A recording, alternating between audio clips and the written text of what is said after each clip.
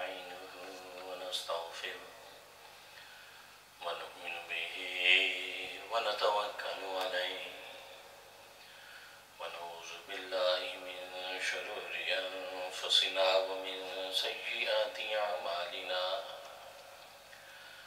मन यहदिहिल्लाहु फला मुदिल्ल लहु व मन युद्लिलहु फला हादिय लहु व नशहदु अन ला इलाहा इल्लल्लाह वहदहु ला शरीक लहु व ला नज़ीर लहु व ला मिस्ल लहु व ला मिसाल लहु व नशहदु अन्न सय्यदना व सनदना व शफीअना व शफी अमरिना व हबीबना व हबीब रब्बिना व मौलाना मुहम्मदन अब्दुहु व रसूलुहु अरसलहुल्लाहु इला काफ़्फ़तिल लिन्नासि बशीरन व नज़ीरा व दाइयन इलल्लाहि बिइज़निहि व सिराजन मुनीरा। अम्मा बअदु फ़अऊज़ु बिल्लाहि मिनश शैतानिर रजीम। बिस्मिल्लाहिर रहमानिर रहीम। क़ुल अऊज़ु बिरब्बिल फ़लक़ मिन शर्रि मा ख़लक़ व मिन शर्रि गासिक़िन इज़ा वक़ब व मिन शर्रि नफ़्फ़ाथाति फ़िल उक़द व मिन शर्रि हासिदिन इज़ा हसद। बिस्मिल्लाहिर रहमानिर रहीम। क़ुल अऊज़ु बिरब्बिन नास मलिकिन नास इलाहिन नास मिन शर्रिल वस्वासिल खन्नास अल्लज़ी युवस्विसु फ़ी सुदूरिन नास मिनल जिन्नति वन नास। बुजुर्गान मोहतरम, बिरादरान अज़ीज़ और मेरी इस्लामी बहनें, मैंने आप हज़रात के सामने कुरान करीम की आखिरी दो सूरतें पढ़ी हैं। एक सूरत फलक है और दूसरी सूरत नास। बज़ाहिर ये कुरान करीम की आखिरी दो सूरतें छोटी छोटी सूरतें हैं, लेकिन इसमें अल्लाह तबारक व तआला ने इंसानों के एक अजीम पैगाम दिया है। और ये कुरान करीम का एजाज़ है कि बसा औक़ात बज़ाहिर सूरतें छोटी होती हैं, लेकिन उसके अंदर पैगामात और हिदायत बड़ी अजीम शान होती हैं। और यही वजह है कि कुरान करीम के आखिरी पारे की सूरतें छोटी हैं बनिस्बत पहली सूरतों के, लेकिन हर सूरत में अल्लाह तबारक व तआला ने मुस्तकिल अजीम शान पैगामात इंसानों को दिए हैं। क्योंकि कुरान करीम ज़ाहिर है कि वो ख़त्म हो रहा है, और जब कोई पैगाम और हिदायत इंसानों को दी जाती है तो आखिर के अंदर जो कंक्लूजन होता है, आखिर में जो खुलासा होता है पूरी हिदायत का, वो बहुत ही इम्पोर्टेंट होता है। इसलिए गोया कि आखिरी सूरतें पूरे कुरान करीम का खुलासा और निचोड़ होती हैं। इसलिए अल्लाह तबारक व तआला ने इन छोटी छोटी सूरतों में बड़े शानदार पैगामात और हिदायत खोली हैं। इसलिए कि कुरान करीम जब आप पढ़ते चले आते हैं और आखिर में पहुंचते हैं और कुरान करीम के अहकामात और उसका पैगाम मुकम्मल हो रहा है, अब इंसानों को हुक्म है कि अब इस पैगाम पर आप अमल करें। ये कुरान जो आपने सुन लिया, पढ़ लिया, अब आपको उस पर अमल करना है। तो अमल करने के अंदर कुछ चीजें रुकावट बनती हैं। तो अल्लाह तबारक व तआला ने आखिर में वो हकीकत वाज़े कर दी, क्या लोगों, ये कुरान करीम जो पूरा तुमने अब तक पढ़ लिया और सुन लिया है, अब इस पे चूंकि अमल का वक्त है, अब तुम्हें उसके अहकामात पर अमल करना है। तो अमल करने में कुछ रुकावटें आएंगी, अमल करने में कुछ मवाने आएंगे, तुम अमल नहीं कर पाओगे। और वो रुकावटें क्या हैं? ये रब्बे करीम का एहसान है कि अल्लाह तबारक व तआला ने हमें वो मवाने बतला दिए कि देखो जो चीज रुकावट होगी इस कुरान करीम पर अमल करने में वो मैं तुम्हें बताता हूं, ताकि तुम पहले से होशियार रहो कि अगर वो माने सामने आए और वो रुकावट सामने आए तो तुम पहचान सको कि वो हो यही वो माने हैं कि जो हमें कुरान पर अमल करने से रोकेगा। इसलिए अल्लाह तबारक व तआला ने सूरत फलक के अंदर वो रुकावट और माने बता दिया है कि ये वो माने हैं, ये वो रुकावट है जो तुम्हें कुरान पे अमल नहीं करने देगा। इसको पहचान लो, इसको समझ लो, इसकी हकीकत की तह तक पहुंच जाओ। और सूरत नास में अल्लाह तबारक व तआला ने उस माने और रुकावट से बचने का इलाज बतला दिया कि न सिर्फ हम तुम्हें यह बता दें कि यह चीज माने होगी, बल्कि हमारी शफकत और रहमत देखो कि हम उसका साथ साथ तुम्हें इलाज भी बतला रहे हैं कि तुम उसका इलाज भी जब कर लोगे तो कोई माने बाकी ना रहा। तो कुरान करीम जो हुदल लिल मुत्तकीन, जो शुरू में हमने तुम्हें कह दिया था कि हुदल लिल मुत्तकीन, ये तकवे वालों के लिए हिदायत की किताब है, तो उस हिदायत पर अब अमल करना तुम्हारे लिए आसान हो गया। तो हकीकत में ये दो सूरतें बड़ी अहम है। सूरत फलक में अल्लाह तबारक व तआला ने वो माने बता दिया, वो रुकावट बता दी, और सूरत नास में अल्लाह तबारक व तआला ने उसका इलाज बता दिया। और वो माने क्या है? सूरत फलक के आखिर में फरमाया मिन शर्रि हासिदिन इज़ा हसद, कि मैं पनाह मांगता हूं हासिद के शर से जबकि वो हसद करने लगे। तो बस इस आयत में अल्लाह तबारक व तआला ने बता दिया कि हसद एक ऐसी चीज है, इंसानियत का वो मर्ज है जो तुम्हें कुरान करीम की हकीकत पर अमल नहीं करने देगा। इंसानियत का सबसे बड़ा नासूर आज हम तुम्हें बताते हैं कि वो हसद है। ये हसद तुम्हें कुरान करीम के अनवारात से महरूम कर देगा, ये तुम्हें कुरान करीम की हिदायत पर अमल नहीं करने देगा। लिहाजा तुम समझ लो कि ये हसद है कि जो तुम्हें इस कुरान पर अमल करने से माने होगा। ये तो वो माने बता दिया। इलाज क्या है? उसकी बाद सूरत नास में इलाज बता दिया, कुल औज़ु बिरब्बिन नास, मैं पनाह मांगता हूं रब्बे नास की। अब अल्लाह तबारक व तआला ने आगे बता दिया कि अगर तुम हसद के इस माने से बचकर कुरान करीम पर अमल करना चाहते हो तो अल्लाह की पनाह में आ जाओ। तुम मेरी पनाह में आ जाओगे तो नफ्स और शैतान तुम्हें हसद में मुब्तला नहीं कर सकेगा। तुम्हारे नफ्स की लगामें भी तुम्हारे हाथ में होगी और शैतान भी तुम्हारे करीब नहीं फटक सकेगा। इसलिए कि हसद के रास्ते से नफ्स और शैतान तुम पर हमला आवर होंगे, और तुम अगर उसके हमले से बचना चाहते हो तो अपने अल्लाह की पनाह में आ जाओ। जब अल्लाह की पनाह में आ जाओगे तो फिर किसी का तीर तुम पर वार नहीं कर सकेगा। ये हकीकत बता। इसलिए इन सूरतों को मुअव्वज़तैन कहते हैं।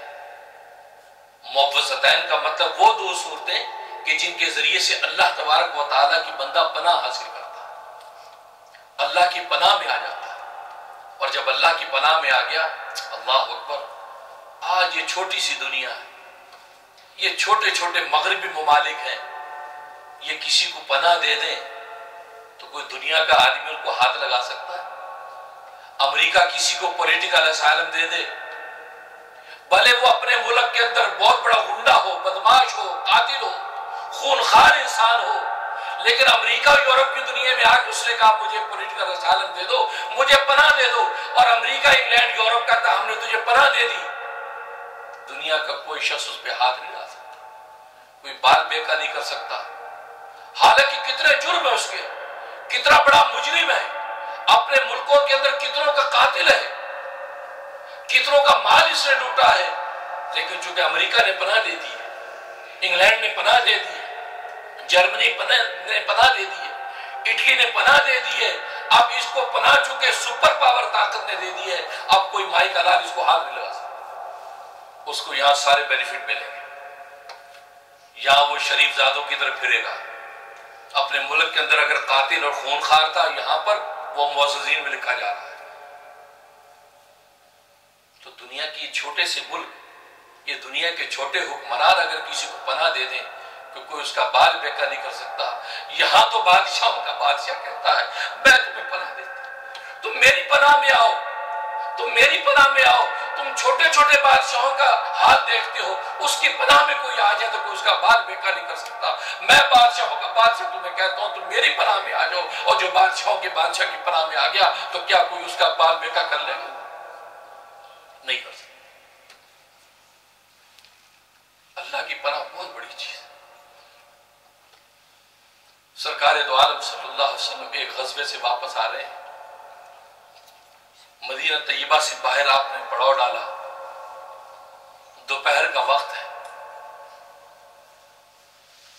मुख्तलिफ जगह पर दरख्तों का साया है। कुछ ने एक दरख्त के नीचे लेट गए, कुछ दूसरे दरख्त के नीचे लेट गए। रसूलुल्लाह सल्लल्लाहु अलैहि वसल्लम को एक दरख्त के नीचे लिटा दिया गया, कैलूले और दोपहर का वक्त, और मदीना तैयबा में इतला दे दी गई कि लश्कर इस्लाम वापस आ रहा है और शाम तक घर पहुंच जाएगा। और ये सरकार दो आलम सल्लल्लाहु अलैहि वसल्लम की सुन्नत थी कि जब सफर से वापस आते तो घर शहर से बाहर ठहर जाते थे और इत्तला करा देते थे कि हम शाम का भी इतने बजे पहुंचेंगे, यहां तक हम पहुंच गए। मकसद क्या था? मकसद ये था कि घर वाले घर को साफ सुथरा कर लें, बीवियां अपने आप को संवार बना लें, अच्छे कपड़े पहन लें, आरास्ता और पैरास्ता हो जाए, घर का बाहर अंदर साफ सुथरा हो जाए, आने वालों के लिए खाना वक्त पर तैयार करके बैठ जाए। ये मकसद है ताकि वो लोग तैयार हो जाएं। अब जब घर जाए तो घर वाले मुजाहिदीन जब घर में दाखिल हो उनको खूबसूरत माहौल नजर आए, बीवी सजी और बनी उसके सामने नजर आए, खाना तैयार लजीज उनके सामने नजर आए, तो उनकी उल्फत और मोहब्बत बढ़ेगी, आपस में किसी किस्म का कोई तनाज़ और तकलीफ ना हो। ये मकसद। ये सरप्राइज की बीमारी तो ये मगरिबी दुनिया की बीमारी है। ये सरप्राइज दिया, बीवी को खबर नहीं होती बेचारी, वो उलूल जुलूल फिर रही है, ना मुंह धोया है, ना मेकअप किया, ना घर साफ किया, और ये साहब बीवी खड़े हैं, अस्सलाम वालेकुम, क्या भाई आपने तो एक हफ्ते के बाद आया कि मैं सरप्राइज दिया, तुमने मुंह नहीं धोया, ये घर की हालत देखो कितनी बदबू आ रही। अब पटा छोड़ो, तो आप भी तो ये सोचे कि बीवी ने मुझे सरप्राइज दिया, गंदा घर मिला, गंदी बीवी मिली, मेकअप के बगैर, इसलिए कि मेकअप और बगैर मेकअप में तो हुस्न में फर्क आ जाता है। तो बीवी ने भी सरप्राइज दिया, फिर आपको आप अपना सरप्राइज तो थोप रहे हैं, उसका सरप्राइज भी तो कबूल करें। फिर मुफ्ती साहब को शिकायत, हजरत बीवी साफ सुथरी नहीं रहती, मैं उम्रे से आया, बीवी की हालत, घर की हालत, बच्चों की हालत, अफसोस हुआ। भी आप बता के आए थे, आपने बता दिया था मैं इतने बजे पहुंच जाऊंगा।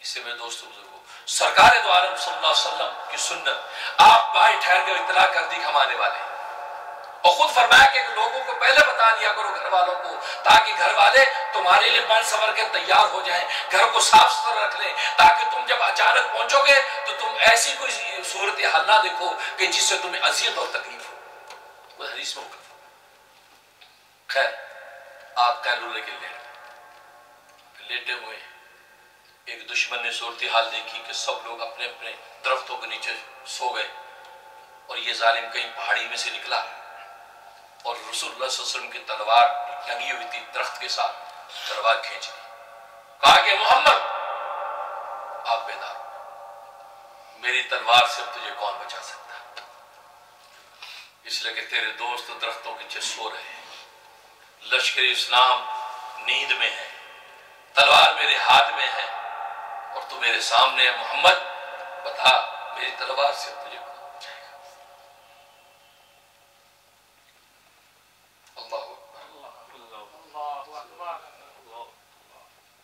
मैं और तुम होते तो क्या कहते? भाई माफ कर दे, छोटे छोटे बच्चे हैं, माफ कर दे। नहीं भाई, क्या गलती होगी भाई, क्यों मुझे मार रहे? ये तो मोमिन की शान है, मोमिन हाथ नहीं जोड़ता, उसके आगे हाथ। एक जान है ना, वो जान की मोमिन तो मर के ज्यादा कीमती होता है भाई। मौत से क्या डरते हो? इस मखलूक के आगे हाथ जोड़, जो मखलूक खुद नाकिस, किसी कामिल के आगे हाथ जोड़। रसूलुल्लाह सल्लल्लाहु अलैहि वसल्लम ने जब ये मंजर देखा तो आपने एक लफ्ज फरमाया, अल्लाह अल्लाह। हदीस में आता है अल्लाह इतने रोब और दबदबे के साथ कहा, उस अल्लाह के नाम की अजमत और दबदबा ऐसा पड़ा, वो काफिर कांपने लगा और उसकी तलवार हाथ से गिर गई। आपने जल्दी से तलवार उठा दी और फरमाया कि आप बता, मोहम्मद की तलवार से तुझे कौन बचाएगा? मोहम्मद की तलवार से अब तुझे कौन बचाएगा?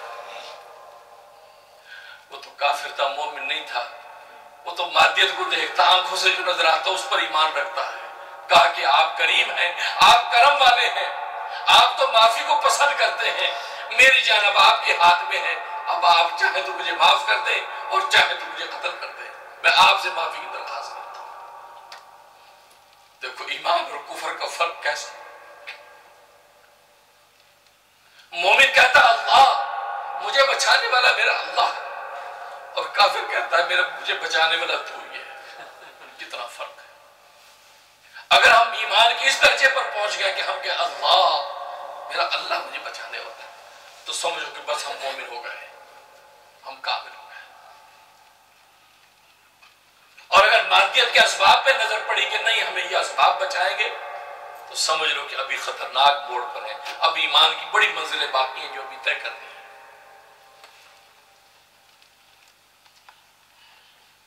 आपने उसे कहा कि जा, मैंने तुझे माफ कर दिया, तेरी जान बख्शी कर दी, जाओ चले जाओ। वो लौटने लगा, वापस आया, ऐ मोहम्मद तूने मेरी जान आज बख्शी कर दी है, मेरा ईमान बख्शी भी कर दीजिए। अशहदु अल्ला इलाहा इल्लल्लाह व अशहदु अन्ना मुहम्मद रसूलुल्लाह। कलमा पढ़ के रसूलुल्लाह सल्लल्लाहु अलैहि वसल्लम के कदमों में गिर गया। अल्लाह की पनाह बहुत बड़ी चीज है। रसूलुल्लाह ने क्या फरमाया? अल्लाह मेरा अल्लाह, मैं अल्लाह की पनाह में हूं, मैं बादशाहों के बादशाह के हिसार में हूं, मेरा कोई बाल बेका नहीं कर सकता। मेरा मुहाफिज कौन? वो अल्लाह है जो फल्लाहु खैरुल हाफिज़ व हुवा अरहमुर राहिमीन, जो सबसे बड़ा मुहाफिज है। उसकी मुहाफिजत का आलम यह है कि जब याकूब अलैहिस्सलाम ने यूसुफ भाइयों के हवाले किया और भाइयों ने कहा कि इन्ना लहु लहाफिज़ीन, हम तो इस भाई की हिफाजत करेंगे, हम मुहाफिज हैं, कहा कि अच्छा ले जाओ। यूसुफ गुम हो गया, मुहाफिज नाकिस था, मखलूक था, संभाल न सके। और जब फिर वो वक्त आया कि भाइयों ने कहा कि बिन्यामीन दे दीजिए, बिन्यामीन को हमने मिस्र लेके जाना है, बादशाह खुद बिन्यामीन को देखना चाहता है, इसको देखकर इसके हिस्से का गल्ला भी हमें देगा। अब याकूब ने क्या कहा? सोचा कि पहले तुम्हें दिया था, तुम लोग यूसुफ को कर दिया, और अब मैं तुम्हें नहीं देता, अब मैं तुम्हें नहीं देता, मैं उस जात को अब देता हूं। फल्लाहु खैरुन हाफिज़ुन व हुवा अरहमुर राहिमीन, अल्लाह जो है सारे मुहाफिजों में बेहतरीन मुहाफिज है और वो अरहमुर राहिमीन है। मैं उस अल्लाह के सुपुर्द करके तुझे देता हूं। उसकी मुहाफिजत में जब दिया, उसने क्या कमाल दिखाया, यूसुफ जो गुम हुआ था वो भी वापस मिल गया। पहले ने यूसुफ भी गुम कर दिया क्योंकि नाकिस को दिया था, और जब अल्लाह के सुपुर्द करके दिया तो उस अल्लाह ने यूसुफ को भी मिला दिया। ये अल्लाह की पनाह और अल्लाह की मुहाफिजत। लिखा कि मूसा अलैहिस्सलातु वस्सलाम चले जा रहे थे अपने खादिम यूशा के साथ। अफलातून, अफलातून का नाम आपने सुना है। जहानत और फतानत का बादशाह, उसके तलब पर हिकमत की रोशनी उतरती है। इतना ज़हीन तरीन इंसान, इसलिए अफलातून मुहावरा बन गया कि बच्चा तो अफलातून है, मतलब इतना ज़हीन है जैसे अफलातून ज़हीन था, मुहावरा बन गया। और वो इंसान की चाल ढाल देखकर अंदाजा लगा लेता था कि बंदा किस कैलिबर का है। आज हमारी हालत तो यह है कि सामने बैठे से गुफ्तगू करके बैठ के देख के भी अंदाजा नहीं लगाते कि बंदे का कैलिबर क्या है। हम तो इतने मादाप्रस्त, हमारी आंखों के आगे चर्बियां हैं। वो चलते हुए इंसान को देखकर अंदाजा लगाता था ये किस कैलिबर का है, और अंदाजा लगा के कह देता था कि इससे मुझे नहीं मिलना। खादिम से कहते इसको रोक दो, क्योंकि मिलने के वाले कैलिबर का बंदा नहीं, इससे मिलने में, इसकी सोबत से मुझे नुकसान होगा। लिहाजा पागल दीवाने शख्स से कभी नहीं मिलता था। कहा कि पागल दीवाने से मिलने का मतलब यह है कि दीवानगी का असर आपके अंदर भी मौजूद है और उसके पागलपन का असर आपके अंदर सिरायत करेगा। इंसान देख के मिलता है। अगर मूसा अलैहिस्सलाम की पीठ है और उस तरफ जा रहे हैं दोनों हजरात, खादिम और मखदूम, अफलातून ने देखा, खादिम से कहा कि ये शख्स कौन है? कहा कि ये पैगंबर मूसा है। मूसा है? कहा कि ये बहुत ऊंचे दर्जे का इंसान मालूम होता है, इसकी चाल ढाल, इसका वकार बताता कि ये मामूली इंसान, इससे मेरी मुलाकात कर। खादिम दौड़ा, हजरत मुलाकात हुई। मुलाकात करते क्या सवाल करता है? कहा कि मूसा, अगर ये आसमान और जमीन कमान बन जाए, तीर की कमान बन जाए, और ये हवादिस ज़माना, ये जमाने की तकलीफें, अजियतें, मुश्किलें ये तीर बन जाए, और रब्बे कायनात उस तीर को चलाने वाला हो, उस तीर के निशाने से कौन बच सकता है? ये सवाल किया। हज़रत मूसा अलैहिस्सलाम ने सवाल सुनते बर्जिस्ता फरमाया, वो बच सकता है जो तीर चलाने वाले के बगल में आ जाए, जो उसकी पनाह में आ जाए, जो उसकी बगल में आ जाएगा, वो तीर के निशाने से बच जाएगा। वो उछल गया। कहा कि मूसा, तेरे दर्जे का जो पैगंबर ही इसका जवाब दे सकता है, आम ज़हन का इंसान इसका जवाब नहीं दे सकता। आम इंसान अल्लाह की पनाह की हकीकत समझ नहीं सकता। वाकई नबुव्वत की ज़बान ये जवाब दे सकती है कि जो उसकी पनाह में आ जाए।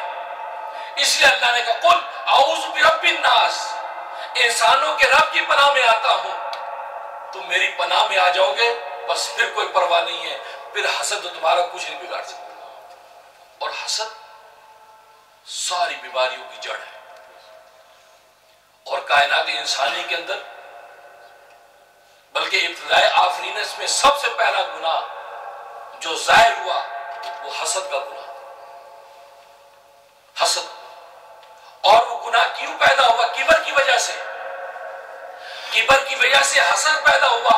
तो गोया कि किबर और हसद ये दो बड़े घिनौने गुनाह हैं इस कायनात इंसानी के, और सबसे पहले दुनिया में वही जाहिर हुए। चुनांचे इब्लीस को जब हुक्म दिया कि आदम को सजदा करो, उसने अल्लाह के हुक्म से तकब्बुर किया, किबर किया। कहा कि अना खैरुम मिन्हु, मैं इससे बेहतर हूं।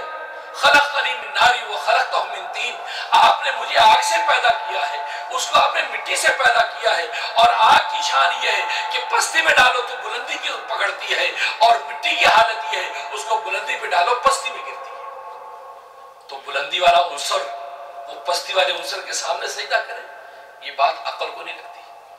मैं बेहतर, अल्लाह के हुक्म से उसने तकब्बुर किया। और आदम अलैहिस्सलाम से हसद किया कि ये मिट्टी का बना हुआ आदम, मैंने अल्लाह की इतनी इबादत की। एक रिवायत में आता है कि 6 लाख साल तक इबादत की, 6 लाख साल। ये 7 जमीनें हैं, सबसे नीचे की जमीन से इसने इबादत करना शुरू की और चप्पे चप्पे पे सजदा किया, और कोई जमीन का हिस्सा नहीं छोड़ा जहां सजदा ना किया हो। जब पहली जमीन पे इबादत और सजदे किए, अल्लाह ने उसका मर्तबा बढ़ा के दूसरी जमीन पर पहुंचाया, और दूसरी पर इबादत सजदे किए, अल्लाह ने मर्तबा बढ़ा के तीसरी जमीन पे पहुंचाया। इस तरह 7 जमीनें मुकम्मल की, फिर इस जमीन पर उसे सजदे दिए, यहां तक कि अल्लाह ने उठाकर पहले आसमान पे पहुंचा दिया। वहां सजदे किए, दूसरे पे पहुंचा, वहां सजदे किए, तीसरे पे पहुंचा, यहां तक कि 7वें आसमान पर पहुंच गया। इतनी इबादत की अल्लाह। और मलाइका सोचा करते थे, और वहां अल्लाह ने उसको मलाइका को उस्ताद और मुअल्लिम बना दिया, मुअल्लिम बना दिया, मलाइका को पढ़ाता था। तो मलाइका पढ़ते हुए सोचते थे कि अगर हमसे कोई गलती हो गई और अल्लाह में कभी नाराज हो गया, तो ये मुअल्लिम अल्लाह का बड़ा मुकर्रब है, हम इसकी सिफारिश करवाएं। ये मर्तबा इस जालिम का था। जब इतना ऊंचा मर्तबा और उम्मीद उसको ये लगी कि अल्लाह के बाद मेरा नंबर है, और यहां अल्लाह तबारक व तआला ने मिट्टी के आदम को दे दिया। अब आदम अलैहिस्सलाम से उसको हसद हुआ। उस हसद के नतीजे में उसने ये सब की सब हरकत की और सजदे से इनकार कर दिया। तो हसद वो गुनाह है, हसद वो गुनाह है कि जो सारे गुनाहों की जड़ और कुरान करीम की हिदायत पर अमल करने में सबसे बड़ी रुकावट है। क्योंकि तकब्बुर कोई कोई करता है, हसद हर एक करता है। क्योंकि तकब्बुर वो करेगा जिसके पास तकब्बुर के लिए कुछ होगा। मालदार होगा तो तकब्बुर करेगा, उसमें जमाल होगा तो तकब्बुर करेगा, कोई ओहदा मनसब होगा तो तकब्बुर करेगा, हमाशुमा क्यों करेगा। हाँ, हसद एक ऐसा मर्ज है जो गरीब आदमी भी कर सकता है, अमीर आदमी भी कर सकता है, औरत भी कर सकती है, मर्द भी कर सकता है, बच्चा भी कर सकता है, बड़ा भी कर सकता है, बूढ़ा भी कर सकता है, जवान भी कर सकता है। हसद हर एक कर सकता है, ये उमूमी मर्ज है। इसलिए अल्लाह तबारक व तआला ने सूरत में हसद को नामजद कर दिया कि असल मर्ज हसद है कि जो हर एक के अंदर पैदा हो सकता है। इससे बच जाओ, इससे बच जाओ। और उसमें फरमाया वो मिन शर्रि हासिदिन इज़ा हसद, कि मैं हासिद के शर से पनाह मांगता हूं जब वो हसद कर रहा हो। ये आगे ये कैद क्यों लगाई, इतना कह देते कि हासिद की हसद से पनाह मांगता हूं, नहीं फरमाया जब वो हसद कर रहा हो। इसलिए इजाफा किया कि फरमाया कि जब वो खुद हसद कर रहा हो तो खुद तकलीफ में होता है।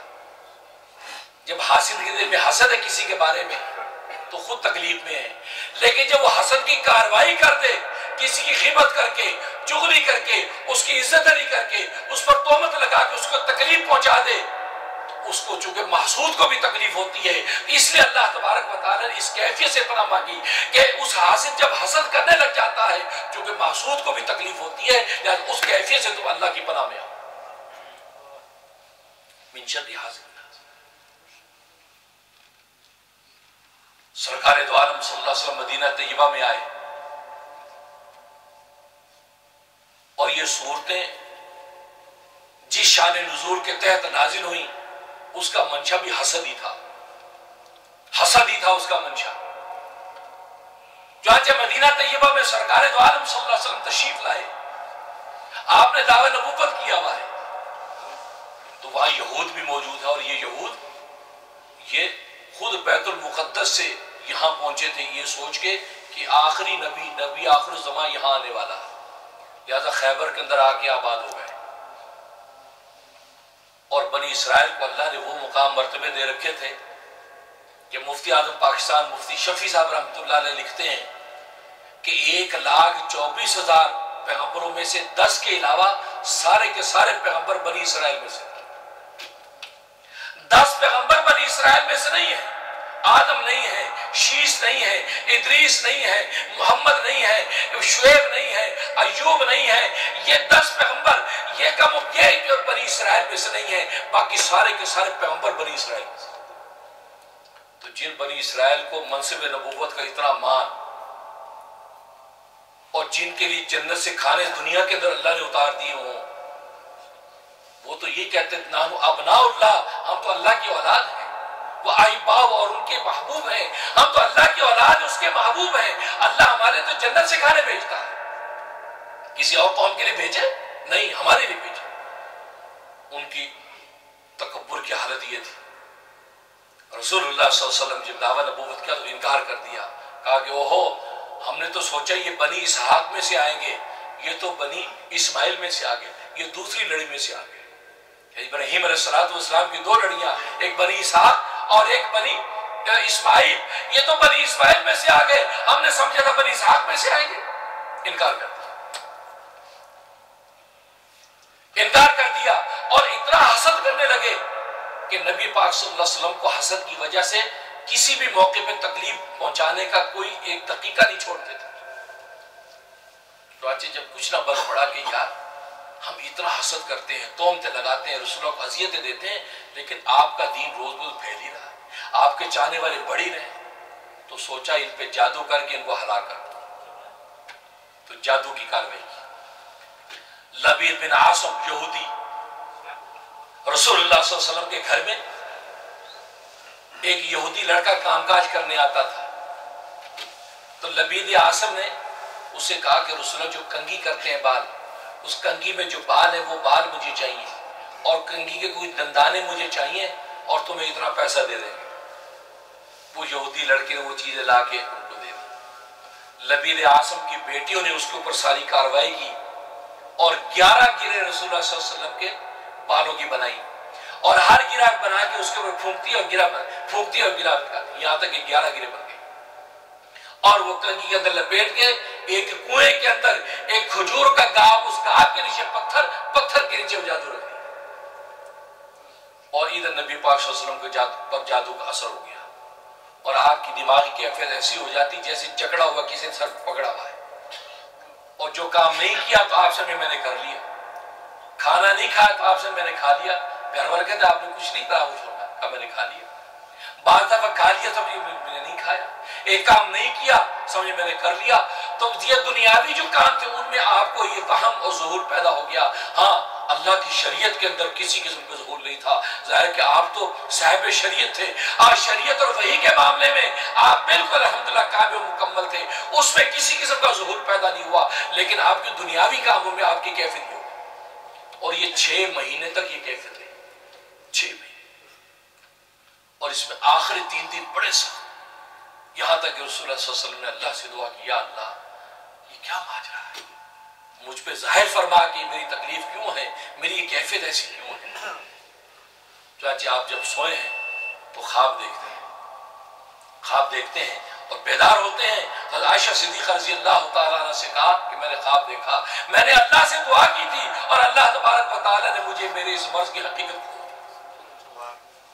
मैं ख्वाब देखता हूं कि 2 फरिश्ते हैं, एक मेरे सिरहाने खड़ा है, एक पांव की तरफ खड़ा है। पैंती वाला सिरहाने वाले से पूछता कि इन साहब को क्या हुआ, तो सिरहाने वाला कहते इन पर जादू हुआ है।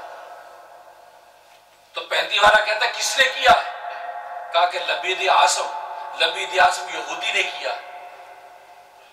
तो पैंती वाला कहता कि वो जादू कहां पे है, तो सिरहाने वाला कहता कि वो बनी जुरैक का कुआं है जरवान, चाहे जरवान के अंदर एक खजूर का गाब है, उसके नीचे पत्थर है, उस पत्थर के नीचे रखा हुआ है और वो कंघी के दंदानों में लिपटा हुआ है। कहा कि उसका हल क्या है, तो सिरहाने वाले ने कहा कि उसको वहां से अगर निकाल दिया जाए और वो गिरे खोल दी जाए तो आप पर जादू का असर खत्म हो जाएगा और ये ठीक हो जाएगी। भाई ये कहा, आग खुल गई। सरकार दो आलम सल्लल्लाहु अलैहि वसल्लम ने, एक रिवायत में आता है अम्मार इब्न यासिर को फौरन बुलाया और कुछ लोग साथ ही कहा जाओ बनी जुरैक का जो कुआं चाहे जरवान वहां पर जाओ, ये सूरत हाल वहां से निकाल। और एक रिवायत में आता है अली रज़ी अल्लाह तआला को भेजा, वो गए, वहां से जादू को निकाला। इधर ये लेने गए, इधर आप पर वही नाजिल हो गई। हज़रत जिब्रील अलैहिस्सलाम मुअव्वज़तैन की सूरतें लेके नाजिल हो गए। कुल औज़ु बिरब्बिल फलक मिन शर्रि मा खलक व मिन शर्रि गासिकिन इज़ा वक़ब व मिन शर्रि नफ़्फ़ासाति फ़िल उक़द व मिन शर्रि हासिदिन इज़ा हसद। कुल औज़ु बिरब्बिन नास मालिकिन नास इलाहिन नास मिन शर्रिल वसवासिल खन्नास अल्लज़ी युवस्विसु फ़ी सुदूरिन नास मिनल जिन्नति वन नास। ये 11 आयतें कुरान करीम के लेके नाज़िल। और फरमाया कि मोहम्मद जब वो आपके सामने वो तांत आ जाए, उसकी एक गिरा को खोलो, आप ये पहली आयत पढ़ेंगे एक गिरा खुल जाएगी, दूसरी आयत पढ़ेंगे दूसरी गिरा खुल जाएगी, तीसरी आयत पढ़ोगे 11 की 11 गिरें जब खुल गई, रसूलुल्लाह सल्लल्लाहु अलैहि वसल्लम फरमाते हैं कि मेरा ज़हन ऐसे खुल गया जैसे कि इन्हें बांध रखा था और उसे बंद हटा दिया हो और मैं बिल्कुल तब भी मेरी निशात हो गई। तो देखो ये हसद की वजह से चूंकि ये सारी कार्रवाई यहूद ने की और रसूलुल्लाह सल्लल्लाहु अलैहि वसल्लम से हसद की वजह से की, इसलिए अल्लाह ने वो मर्ज बताया कि सबसे बड़ा मर्ज हसद है। हसद की वजह से इनको रसूलुल्लाह सल्लल्लाहु अलैहि वसल्लम की शान और अजमत नजर नहीं आती, इनकी हिदायत पर अमल नहीं करते, इनकी नबूवत मानने को तैयार नहीं, क्योंकि हसद का मर्ज। और हसद के मर्ज से बचने का तरीका क्या, मैंने बताया अल्लाह की पनाह में आ जाओ। सूरह फलक में अल्लाह तबारक व तआला ने शर का लफ्ज 4 मरतबा जिक्र किया, 4 मरतबा। कुल औज़ु बिरब्बिल फलक में 4 मरतबा शर का लफ्ज जिक्र किया और कुल औज़ु बिरब्बिन नास के अंदर नास का लफ्ज 5 मरतबा जिक्र किया। और आप जानते हैं कि ये गुफ्तगू का तरीका है कि जब आप किसी का नाम लेके जिक्र करते हैं तो नाम एक दफा लेते हैं उसके बाद उसकी ज़मीर जिक्र करते हैं। अंग्रेजी में यूं कह के नाउन आप एक दफा जिक्र करते हैं, फिर उसके बाद उसके प्रोनाउन जिक्र करते हैं। मसा कहते हैं अब्दुल कुद्दूस मेरा दोस्त है, वो बहुत अच्छा आदमी है, वो न्यूयॉर्क में रहता है, उसने स्टडी पाकिस्तान में की है। अब अब्दुल कुद्दूस आपने नाम एक दफा जिक्र किया, बार बार तो नहीं किया। अब्दुल कुद्दूस बहुत अच्छा आदमी है, अब्दुल कुद्दूस कराची में रहता है, नहीं। इंग्लिश में भी आपने एक दफा अब्दुल कुद्दूस नाम लिया, Abdul Quddus is very good friend, क्या कि फिर ही लगाते जाते हैं, फिर प्रोनाउन यूज कर रहे हैं। लेकिन यहां आप देखें कि सूरह फलक और नास के अंदर अल्लाह तबारक व तआला ने शर के लफ्ज को बार बार जिक्र किया, और इसी तरीके से सूरत नास के अंदर नास के लफ्ज को बार बार जिक्र किया। कुल औज़ु बिरब्बिन नास, आप कह दीजिए मैं पनाह मांगता हूं इंसानों के रब की, मालिकिन नास इंसानों के बादशाह की, इलाहिन नास इंसानों के माबूद की। ये क्या बात है, आप नास के लफ्ज को बार बार क्यों कह रहे हैं? आप वहां ज़मीर इस्तेमाल कर लें, कुल औज़ु बिरब्बिन नास, मलिकिन नास, मलिकिन नास की बजाय कहें मलिकिहिम, मलिकिहिम कहें, इलाहिन नास के बजाय इलाहिम कहें, ज़मीर इस्तेमाल करें। लेकिन नास लफ्ज अल्लाह ने बार बार क्यों जिक्र किया? और शर का लफ्ज भी एक दफा जिक्र करने पे इक्तिफा नहीं किया कि बाद में उसकी ज़मीर या उसके प्रोनाउन को जिक्र करते, नहीं, उस शर को बार बार जिक्र किया। जैसे आप दिस और दैट कह के उसको दोबारा जिक्र नाम को करते नहीं, लेकिन यहां अल्लाह तबारक व तआला ने शर को बार बार जिक्र किया। क्यों?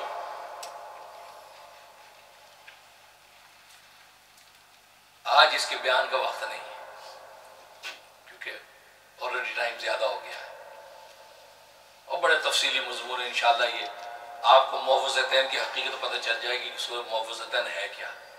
याद तो सभी को है, पढ़ते सभी हैं। इंशाअल्लाह आइंदा मैं इस पर गुफ्तगू करूंगा।